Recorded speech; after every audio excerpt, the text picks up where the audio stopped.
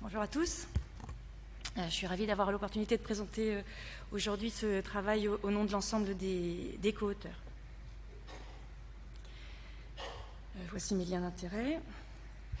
Donc, comme vous le savez, la résection chirurgicale est un traitement potentiellement curatif du carcinome hépatocellulaire, mais cette stratégie est associée à des taux élevés de récidive. Et il semblerait que la récidive précoce, survenant dans les 2 ans suivant la résection, soit associée à un moins bon pronostic. De nouveaux traitements sont actuellement testés en situation adjuvante après résection, mais il n'y a pas de modalité standardisée aujourd'hui de stratification du risque. Et dans les essais passés ou en cours, la définition des patients éligibles pour les stratégies adjuvantes considérées comme à haut ou à risque intermédiaire de récidive sont basées sur des éléments liés à la tumeur, mais sont différents entre les études et tous les critères on donne le même poids à tous les critères, alors que cette hypothèse n'est pas parfaitement démontrée.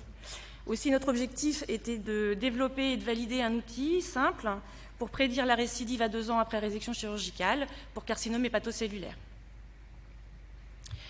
Donc, il s'agit d'une étude de cohorte rétrospective, multinationale, multicentrique, à partir de 2359 patients adultes avec un carcinome hépatocellulaire de stade BCLC 0 ou A, traités par résection chirurgicale, sans traitement préalable, entre 2004 et 2017, dans 17 institutions situées dans différents pays, 4 pays européens et 4 pays asiatiques.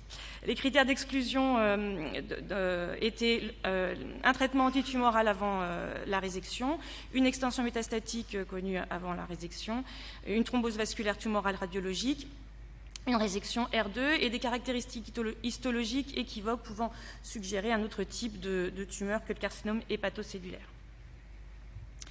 La population a été divisée en une cohorte de développement et une cohorte de validation par échantillonnage aléatoire, stratifié par centre participant.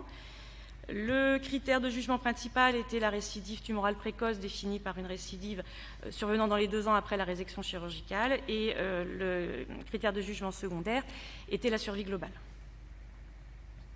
Vous voyez ici les caractéristiques des patients, assez classiques, c'était surtout des hommes d'âge moyen 62 ans et l'étiologie de l'hépatopathie sous-jacente était principalement virale et un petit peu moins de la moitié des patients avec une cirrhose documentée. Là, vous voyez les caractéristiques tumorales dans les 2 cohortes, développement-validation. Le diamètre du plus gros nodule était autour de 39 mm. La tumeur était multifocale dans un peu moins de 10% des cas. Il y avait des nodules satellites dans environ 20% des cas, une invasion vasculaire dans environ 43-45% des cas. La tumeur était peu différenciée dans 17% des cas et la marge chirurgicale était positive R1 dans moins de 10% des cas. La stratégie de surveillance de dépistage de la récidive était assez classique dans tous les centres. Une imagerie hépatique en coupe plus un thorax tous les 3 mois pendant 2 ans et puis ensuite tous les 6 mois. Dans cette cohorte, le suivi médian était 34 mois et une récidive a été documentée chez 1067 patients. Et c'était une récidive précoce chez 762 patients, donc à peu près un tiers de la cohorte. Donc vous voyez ici les facteurs associés à la récidive à 2 ans dans la cohorte de développement en analyse multivariée. Donc on trouve des éléments biologiques, un en lien avec la tumeur, le taux d'alpha-fétoprotéine avant résection, 2 en lien avec l'hépatopathie sous-jacente, plutôt l'albumine et la bilirubine divisées en 2 classes, pour simplifier dans notre idée de faire un score simple. Mais on trouvait également les éléments histologiques, diamètre du plus gros nodule, nodule satellite, invasion vasculaire, tumeur peu différenciée et marge chirurgicale positive. On a utilisé coefficient de régression pour obtenir un poids, un nombre de points pour chaque facteur associé à la récidive. Et le score final qu'on a baptisé Early Recurrence Score, donc ERS, est calculé en faisant la somme des différents points associés aux différents facteurs. On a testé une classification en 4 niveaux de risque de récidive, avec un taux de récidive à 2 ans qui allait de 18,7% dans le groupe de malades à plus faible risque, correspondant à un ERS, un score à 0 ou 1 point, et puis on montait jusqu'à 56,7% de récidive à 2 ans dans le groupe de patients à plus haut risque, correspondant à un score supérieur ou égal à 6 points.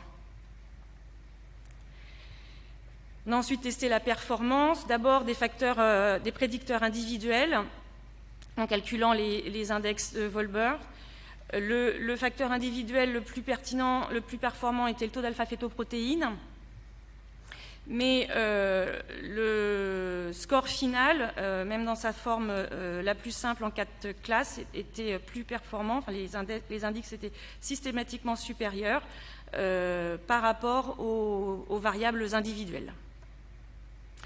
Et puis, il y avait une très bonne calibration entre le taux de récidive prédit et le taux de récidive observé selon la classification par classe. Dans la cohorte de validation, on retrouvait à peu près la même chose, les 4 niveaux de risque et une bonne calibration entre le taux de récidive prédit et observé. On a également cherché à comparer ce nouveau score avec un score de récidive, celui le EARSL, le ERASL post-résection score, qui est un peu plus complexe à prononcer, mais aussi à calculer, parce qu'il faut un petit calculateur qui reprend un peu les mêmes variables en ajoutant le sexe, qui a été développé dans une cohorte asiatique et validé dans différentes cohortes asiatiques et occidentales. Et finalement, les index étaient également systématiquement supérieurs pour l'ERS, quelle que soit sa forme, mais je vous ai parlé surtout de la forme simplifiée en 4 classes, par rapport à l'ERASL post-résection. Et puis enfin, le critère de jugement secondaire, la survie globale, l'ERS semblait garder sa valeur pronostique également en survie. Donc pour conclure, l'ERS permet l'identification de 4 niveaux de risque de récidive précoce après résection chirurgicale pour carcinome hépatocellulaire.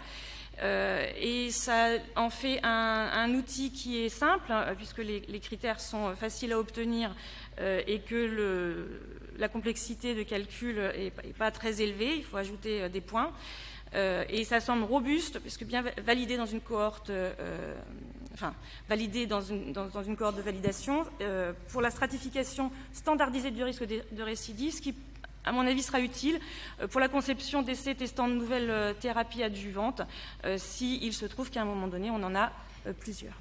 Je vous remercie pour votre attention et je voulais remercier tous les praticiens qui ont permis la réalisation de ce travail.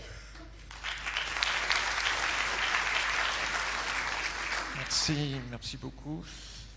Moi, j'avais une question. Charlotte, est-ce que tu préconiserais un protocole de surveillance différencié en fonction du score ERS vu ces données ?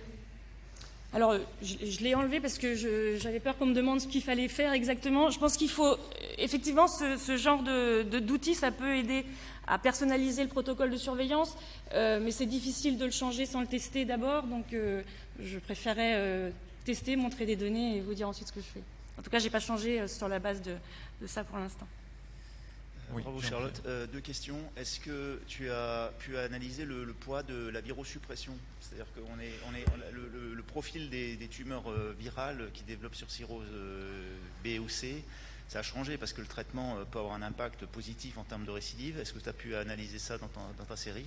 Non. Et l'autre question, c'est, on a souvent des patients qui ont des nodules hypervasculaires atypiques au moment où on les résèque. Est-ce que ça, vous l'avez rentré dans votre analyse ou pas ? Alors, je vais faire répéter la deuxième, mais je vais répondre à la première.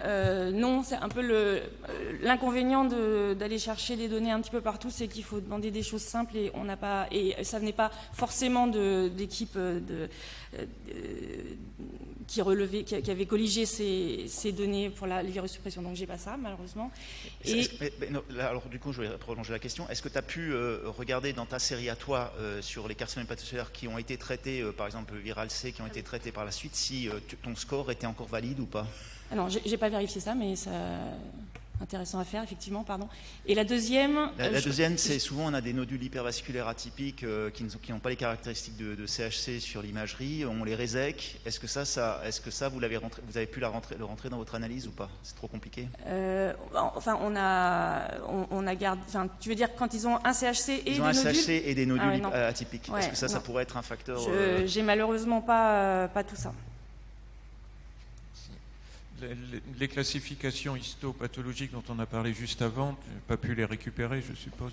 Bah non, c'est pareil. Alors après, on a voulu faire... En fait, j'ai pas pu avoir 2 créneaux, donc j'ai pas pu vous faire un cours sur ce qui avait été publié jusqu'à présent, mais il y a beaucoup de scores qui ont été publiés, beaucoup asiatiques, beaucoup compliqués, ou avec des variables qui ne sont pas faciles à utiliser. Donc c'est pour ça qu'on a voulu faire simple. Peut-être trop simple, mais en tout cas, c'était un peu notre parti pris au départ. D'accord. Et puis, j'ai une question, mais c'est un peu technique. Les patients qui sont morts avant les 2 ans, ils étaient comptés comment dans cette étude? S'ils meurent avant de récidiver, ils étaient exclus? C'est une question. Une bonne question. Non, J'aurais dû descendre plus. Je reviens parce que je suis étonné par le fait que des paramètres de la fonction hépatique influent sur la récidive précoce. Alors, donc, est-ce qu'il n'y a pas eu des patients qui seraient morts précocement et qui seraient comptés en récidive, justement parce qu'ils avaient une insuffisance hépatique?